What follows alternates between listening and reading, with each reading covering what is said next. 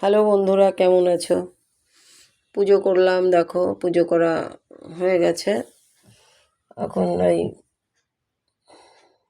আজকে একটুখানি অনেক কাজ করেছি, রান্নাবান্না হয়নি, রান্নাবান্না করতে হবে।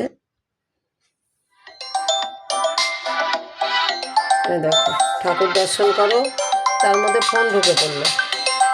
দেখো, ঘি মতো দিয়ে চান করিয়ে বাবাকে চকচক করছে। এরকম নন্দী মহারাজ, জল মিষ্টি দিয়েছি জাস্ট।